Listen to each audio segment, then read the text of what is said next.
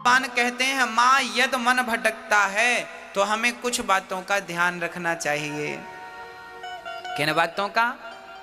बोले हमें मन क्यों भटकता है इस पे विचार करना चाहिए। अब मैं आपको बताता हूं मन क्यों भटकता है।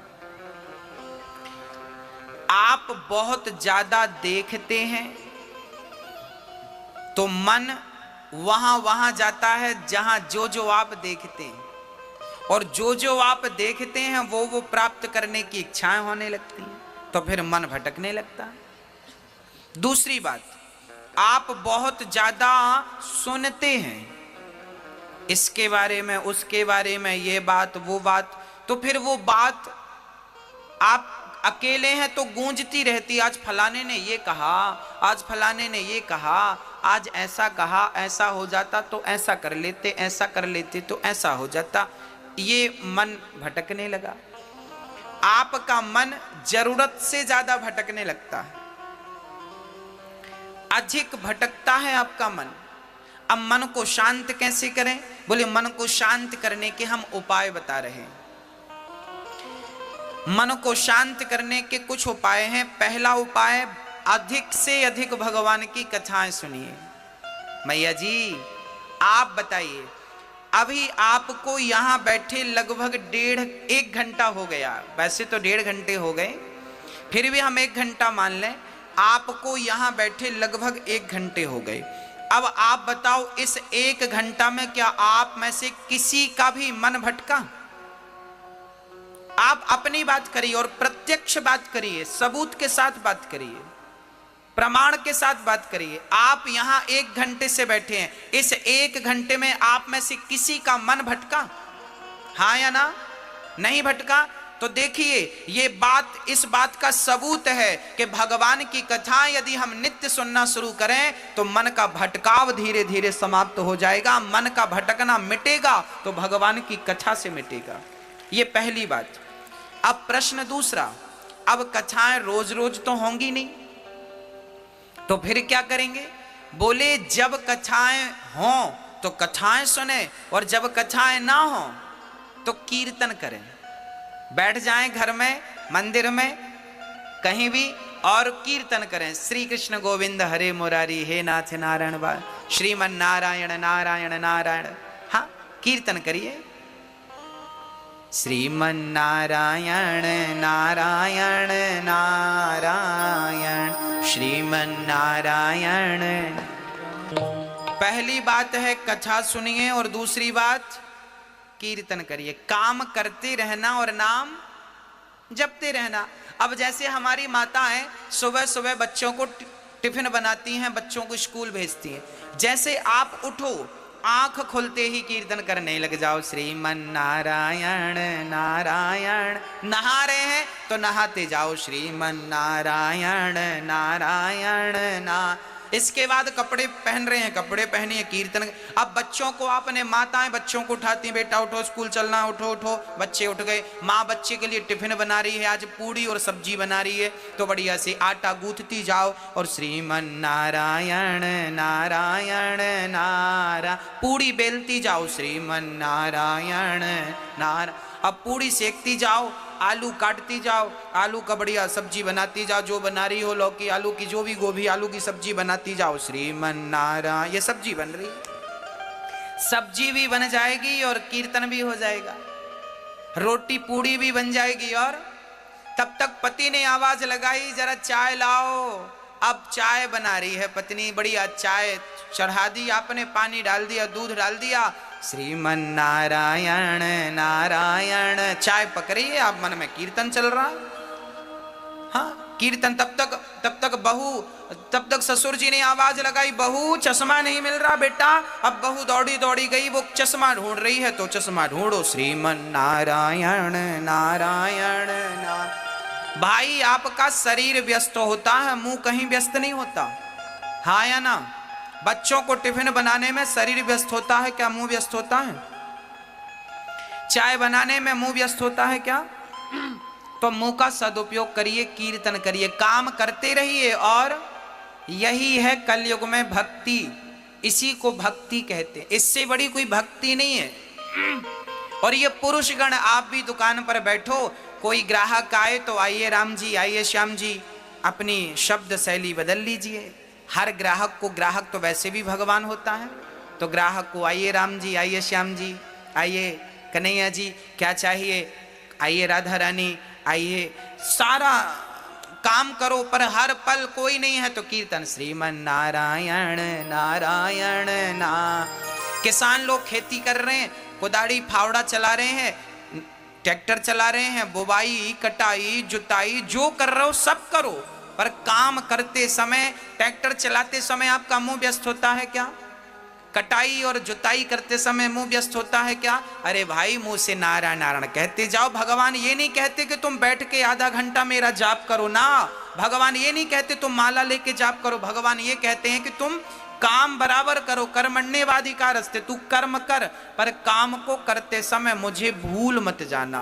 प्रार्थना करते रहो कि हे नाथ, मैं आपको कभी भूलूं नहीं। एक बार बोले सभी लोग, हे नाथ, हम आपको कभी भूले नहीं। हे कृष्ण, मैं आपको कभी भूलूं नहीं।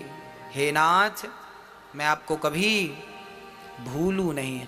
हर हाल में भगवान का चिंतन करते रहिए, उन्हें भूलिए मत। बस आदत बुरी सुधार लो, हो गया भजन। यही तो भजन है, अलग से कुछ करना नहीं है आपको। तो मन को वश में करने के हमने कितने उपाय बताए, बताइए आप। मैया जी, ओ मैया, ओ मेरी माँ, कितने उपाय बताए हमने, बताओ। मन को वश में करने के कितने उपाय बताए, कौन कौन से? मैया आप बताओ, कौन कौन से उपाय बताए? मैया आप बताओ, आप आगे बैठी हो सबसे आगे, आप बताइए कौन कौन से उपाय बताए। हाँ, आप ही बताइए। पहला उपाय क्या था? नहीं सुना आपने? नहीं सुना? नहीं सुना आपने? कौन सा बताइए? मैया आप बताइए, आप चश्मा लगाए बैठी हैं। दूसरा उपाय बताइए, बताइए क्या बताया हमने? दूसरा क्या उपाय बताया मन को वश में करने का? हाँ, लो, तुरंत का तुरंत याद नहीं है, घर जाके पता नहीं क्या याद रहेगा। इसलिए कहते हैं बात को जरा ध्यान से सुनिए, मन को पूर्ण रूप से लगाइए, है ना। मन को वश में करना हो तो पहला काम है भगवान की कथाएं ज्यादा सुनो, दूसरा काम है कीर्तन ज्यादा करो, काम करते रहो और नाम जपते रहो। ये दो चीज यदि आपके अंदर आ गई तो मन धीरे धीरे, कितना भी बिगड़ा हुआ मन क्यों ना हो, वो धीरे धीरे केंद्रित हो जाएगा। और याद रखना मेरी माँ, जिस दिन मन बिल्कुल शांत हो गया उस दिन, उसके दूसरे दिन नहीं, उसी दिन परमात्मा की प्राप्ति आपको हो जाएगी। मैं आपको एक छोटा सा एग्जांपल देख के समझाता हूं। यदि सुई हिल रही है तो क्या हिलती हुई सुई में कोई धागा डाल सकता है? कहो हाँ या ना। नहीं, धागा डालने के लिए सुई को क्या करना पड़ेगा? स्थिर करना पड़ेगा। सुई स्थिर है तो उसमें धागा आसानी से चला जाएगा। उसी प्रकार मन जिस दिन स्थिर हो जाएगा उस दिन परमात्मा आसानी से आपके मन मंदिर में प्रवेश कर जाएगा। मन तो स्थिर हो, मन ही स्थिर नहीं है। मन की गति है अटपटी, झटपट लखे न कोय, और मन की जब खटपट मिटे तो झटपट दर्शन होए। मन के हारे हार है, मन के जीते जीत, और मन ही मिलावत राम से, मन ही करत फजीत। सारी गति मन की ही है। मन, गीता में लिखा है मन एव मनुष्याणाम बंधनम मोक्ष कारणम। ये मन ही बंधन का कारण है और मन ही मोक्ष का कारण है। मैया जी, बंधन का कारण क्या है? मन। और मोक्ष का कारण क्या है? मन। ये मन ही बांधता है और ये मन ही मुक्त करता है। अब आप कहेंगे महाराज जी मन बांधता भी और मुक्त करता, ये कैसे? देखिए, चाबी ताले की एक ही होती है। उस चाबी को आपने इधर कर दिया तो ताला बंद, और चाबी को इधर कर दिया तो ताला खुल गया। बस मन को इधर लगाया, मन को इधर लगाया, पत्नी में, पति में, बच्चों में, परिवार में, मन को इधर लगाया तो बंधन है, और मन को उधर लगा दिया परमात्मा में तो मोक्ष है। यही तो बंधन है, यही तो मुक्ति है। ये मन ही चाबी है।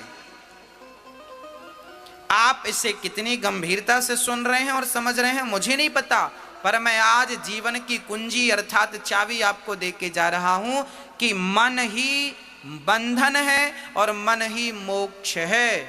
मन ही आपको भवसागर से मुक्त करेगा और मन ही फंसाए रखा है अभी आपको। हाँ, आपको छत में जाना हो तो कैसे जाते हैं आप लोग? सीढ़ी से। और छत से नीचे आते हैं तो कैसे आते हैं? सीढ़ी ही ऊपर ले जाती है और सीढ़ी ही नीचे लाती है। ये मन सीढ़ी है, ये मन भगवान में लगाओगे तो ये मन ऊपर ले जाएगा, और मन संसार के विषयों में लगाओगे ना तो मन नीचे गड्ढे में लाके डाल देगा। मन ही सीढ़ी है। अब आप समझिएगा, ये जो मन है इसे शांत कैसे किया जाए? कथा और कीर्तन से शांत किया जा सकता है। अब मैं मन की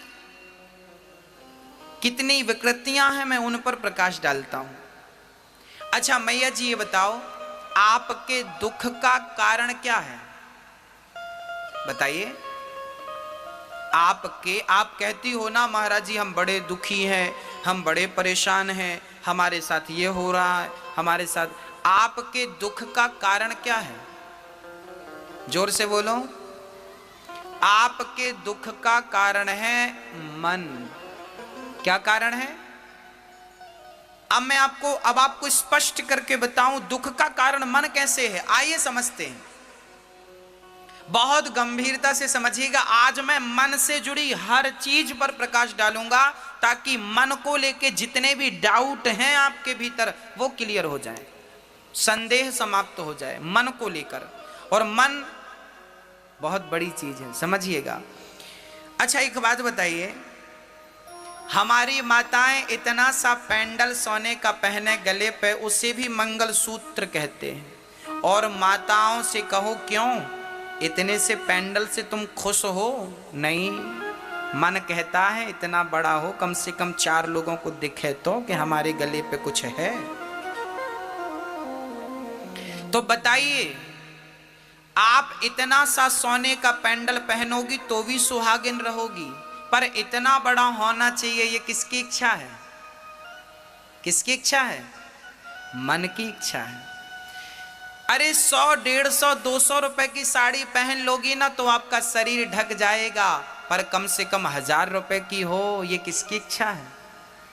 मन की। हाँ, आपका गुजारा तो छोटी सी गाड़ी से भी हो जाता है, पर बड़ी कार हो, किसकी इच्छा है? अरे गुजारा तो छोटे से घर में भी हो जाता है, पर बड़ा आलीशान बंगला हो, ये किसकी इच्छा है? ये आपकी इच्छा नहीं है, ये तो मन की इच्छा है। पूरी जिंदगी आपका मन आपसे गुलामी कराता है और आप अपने मन की गुलामी करते हैं, और मन की इच्छाएं पूरी करते करते करते करते आप खुद पूरे हो जाते हैं। क्या मन की इच्छाएं पूरी होती हैं? आज तक के इतिहास में किसी के मन की इच्छाएं पूरी भई? क्या रावण के मन की हो सकी? क्या कंस के मन की हो सकी? क्या सिकंदर के मन की हो सकी? हाँ, याद रखना भक्तों, एक होती है जरूरत और एक होती है इच्छा। जरूरत हमारी क्या है मेरी मां? रोटी, कपड़ा, मकान और शिक्षा। ये हमारी क्या है? ये क्या है हमारी? ये हमारी जरूरत है। रोटी, कपड़ा, मकान, शिक्षा हमारी जरूरत है, पर हमारी गाड़ी हो, बंगला हो, नाम हो, पद हो, प्रतिष्ठा हो, खेती हो, बाड़ी हो, ये क्या है? ये जरूरत नहीं है, ये तो इच्छा है, और जरूरत तो भिखारियों की पूरी हो जाती है, और इच्छाएं तो बड़े बड़े राजा महाराजाओं की पूरी नहीं होती। इसलिए जिंदगी जरूरत के हिसाब से होनी चाहिए, इच्छाओं के हिसाब से। जिंदगी में जरूरत तो हो मेरी मां, पर जिंदगी में इच्छाएं ना हो। आप जरूरत में और इच्छा में अंतर समझ रहे हैं कि नहीं? मैं जरूरत और इच्छा में अंतर बोल रहा हूं। जरूरत है रोटी कपड़ा मकान शिक्षा, और इच्छा तो फिर इच्छाएं तो पूरी होंगी नहीं आपकी। आज आप सरपंच बन जाओ तो आपकी इच्छा होगी हम ये मंत्री बन जाएं, तो फिर मुख्यमंत्री बन जाएं, तो फिर प्रधानमंत्री बन जाएं, तो ये इच्छाएं बढ़ती जाएंगी बढ़ती जाएंगी बढ़ती जाएंगी, किसी की पूरी नहीं भई तो आप और हम कहीं के नहीं हैं। इसलिए मन को ज्यादा तवज्जो ना दें, मन को ज्यादा आप महत्व ना दें, मन को पड़े रहने दीजिए। मन की ज्यादा ना सुना करो। आप लोग ना मन की सुनते हो, इसलिए वो आपको परेशान करता है। अच्छा, एक बार क्या हुआ, एक राजा ने अब देखिए, आपके मन में इच्छा हुई कि मेरे पास बंगला हो। अब बंगला मिल गया, मन की इच्छा पूरी हो गई तो आप खुश, और बंगला नहीं मिला, इच्छा पूरी नहीं हुई तो आप दुख। सुख और दुख कहीं बाहर से नहीं आते, मन की इच्छाएं पूरी हो जाना ही सुख है, और मन की इच्छाएं पूरी ना होना ही दुख। सबके साथ स्त्रियों की इच्छा है कि मेरे गले पे बड़ा हार हो, मिल गया तो खुश, और नहीं मिला तो दुख। पुरुष की इच्छा है मेरी खेती बाड़ी हो, मेरा नाम हो गया खुश, नहीं हुआ दुख। एक छोटी सी बच्ची रो रही थी, पापा मोबाइल दिला दो। पापा ने मोबाइल दिला दिया तो खुश, और नहीं दिलाया तो दुख। तो सुख और दुख आपकी इच्छाओं पर निर्भर हुआ कि नहीं? इच्छाओं से उत्पन्न हुआ ना। सुख और दुख कहीं भी बाहर से नहीं आता, आपकी इच्छा ही सुख को जन्म देती है, और आपकी इच्छा ही आपके दुख को जन्म देती है। इसलिए सुख दुख यदि जन्म लेते हैं तो मन से, इसलिए मन में ज्यादा इच्छाएं ना रखिए। जिनकी इच्छाएं कम है वो लोग बहुत सुखी हैं, और जिनकी इच्छाएं ज्यादा हैं वो आज बहुत दुखी हैं। आपके दुख का कारण क्या है? जोर से बोलो। आपके दुख का कारण क्या है? आपका मन और आपके मन की इच्छाएं। आपकी जरूरत से ज्यादा इच्छाएं आपको क्या देती हैं? क्या देती हैं? दुख देती हैं। एक राजा थे, उन्होंने एक बकरे को खड़ा किया और नगर में डिंडोरा पीटा कि जो बंदा इस बकरे का पेट भरेगा उसे हम इनाम देंगे। इनाम क्या देंगे? बोले अपना आधा राज्य उसे इनाम में दे देंगे। शर्त क्या है? बकरे का पेट भरना है। अब बताइए, क्या बकरे का पेट भरना कोई कठिन बात थी? लोग ले गए, महाराज जी हम लाते हैं। दिन भर जंगल में हरी हरी घास खिलाई, शाम को पेट भर गया, बकरा बिल्कुल खिल गया, लाकर खड़ा किया। राजा साहब बकरे का पेट भर गया, आधा राज्य दो। राजा ने कहा मैं पहले चेक तो करूं कि पेट भरा कि नहीं। तो हरी हरी घास राजा ने उठाकर उसके सामने डाला कि पेट भरा होगा तो नहीं खाएगा, और नहीं भरा होगा तो। अब बकरे को जैसे ही राजा ने घास डाला तो बकरा खाना शुरू किया। अब खाया तो राजा ने कहा पेट भरा होता तो खाता नहीं, खा रहा है इसका तभी इसका पेट नहीं भरा, चलो इसे दंड दिया जाए। ऐसे करते करते महीनों बीत गए। बड़े बड़े समझदार लोगों ने ट्राई किया पर कोई भी बकरे का पेट ना भर सका। आप बताइए बकरे का पेट भरता है? कितना भी खिलाओ पर थोड़ी सी घास देखेगा तो फिर वो खाएगा। सही है क्या? हाँ या ना? सही है। एक महात्मा जी को पता चला कि बकरे का पेट भरना है। महात्मा जी बोले ठीक है राजा हमें मौका दो। राजा ने मौका दिया। महात्मा जी जंगल ले गए और बढ़िया बांस का डंडा तोड़ लिया बाबा जी ने, और जैसे ही बकरा घास खाए तो बाबा जी उसके मुंह पे एक जमाए। बकरा दूर खड़ा, बकरा बाबा की तरफ देखे, फिर घास खाने जाए बाबा, फिर उसके मुंह पे एक लाठी जमाए। अब बकरे को समझ आने लगा कि मैं घास खाता हूं तो लाठी पड़ती है, तो लाठी ना पड़े यदि घास ना खाऊं। बकरा चुपचाप खड़ा रहा। बकरे को उतना ही खाने को दिया महात्मा जी ने जितनी उसकी जरूरत थी, जितने में वो जिंदा रह सके, बस। अब अधिक घास खाए तो लाठी पड़े। अब बकरा चुपचाप खड़ा, आंख बंद करके, ऐसा लगा मानो इसे सन्यास हो गया। शाम को महात्मा जी ने बकरे को खड़ा कर दिया राज दरबार में। महाराज पेट भरा है इसका। राजा ने देखा बकरे का पेट बिल्कुल खाली दिख रहा था। राजा बोले पेट खाली है। महात्मा जी बोले पेट पे ना जाइए, आप ट्राई कीजिए। राजा ने घास डाला जैसे ही, तो महात्मा जी बकरे ने सबसे पहले बाबा को देखा। बाबा ने कहा बेटा खाना मत। महात्मा जी की बात मान ली, बकरे ने आंख बंद कर ली। राजा घास डालते गए, डालते गए, डालते गए, डालते गए, पर एक रत्ती घास बकरे ने नहीं खाई। राजा चरणों में गिर पड़े, महात्मा जी ये कैसा पेट भर दिया आपने। महात्मा जी बोले बेटा जैसे बकरे का पेट कभी नहीं भर सकते आप, ऐसे इस मन का पेट कभी नहीं भर सकते आप। ये मन ही बकरा है। जैसे हमने बकरे के मुंह पे लाठियां मारी तो इसने खाना पीना बंद किया, ऐसे ही आप भी अपने मन में संयम की लाठियां मारिए। देखना इंद्रियों के न घोड़े बढ़े, इनमें संयम के हरदम कोड़े पड़े। इनको रथ के सुमार्ग लगाते चलो और मन से गोविंद गोपाल गाते चलो। संयम जानते हैं ना, मेरी इच्छा हो रही है कि मैं रसगुल्ला खाऊं, परंतु इच्छा तो हो रही है, पर मैं बोलूं ना मैं नहीं खाऊंगा क्योंकि ये नुकसानदायक है। हाँ, आप की इच्छा होने के बाद भी आप ना करें वो काम, इसे कहते हैं संयम।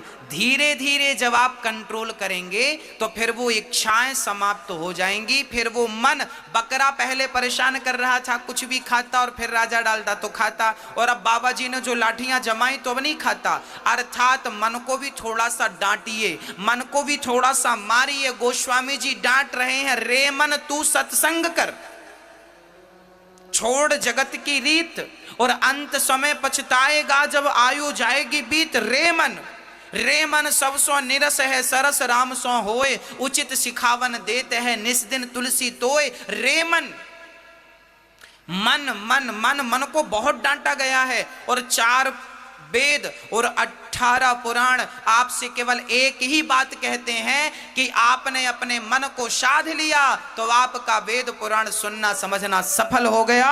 और मन कंट्रोल ना कर सके तो सब कुछ करने के बाद भी आपने मन को कंट्रोल नहीं किया तो सब बेकार। इसलिए गोस्वामी जी कहते हैं कि निर्मल मन जन सो मोहि पावा, और मोहि कपट छल छिद्र ना भावा। भगवान को कौन सा मन पसंद है मेरी मां? बोले निर्मल मन जन, जिसका मन स्वच्छ हो गया है, निर्मल हो गया है, निष्कलंक निष्कपट हो गया है, उसके मन को परमात्मा स्वीकार कर लेते हैं। और जिसके मन में राग है, द्वेष है, छल है, कपट है, कुछ भी भरा है गंदा, भगवान कहते हैं अभी ये योग्य नहीं हुआ। तो मन को आप ठीक करें। कैसे ठीक करें? बोले कथाएं सुने, अधिक से अधिक कीर्तन करें और इच्छाएं कम करें। ये उपाय मन को ठीक करने के हैं। मन की जो बीमारी है उस बीमारी से आप इस प्रकार से बच सकते हैं। किस किस को ये बातें समझ में आ गई? हाथ उठाओ। समझ में आ गई तो हाथ उठाना, नहीं तो फिर पूछना, हम फिर से रिवीजन कर देंगे। मैया हाथ उठा रही हो, समझ में आ गया? बताओ आपके दुख का कारण क्या है? हाँ मैया जी आप बताओ आपके दुख का कारण क्या है? मैया, ओ मैया, मैया जी कहां देख रही हो? बताओ आपके दुख का कारण क्या है? मन भर बोलेंगे तो बात अधूरी रहेगी। आपके दुख का कारण है आपकी अधिक इच्छाएं।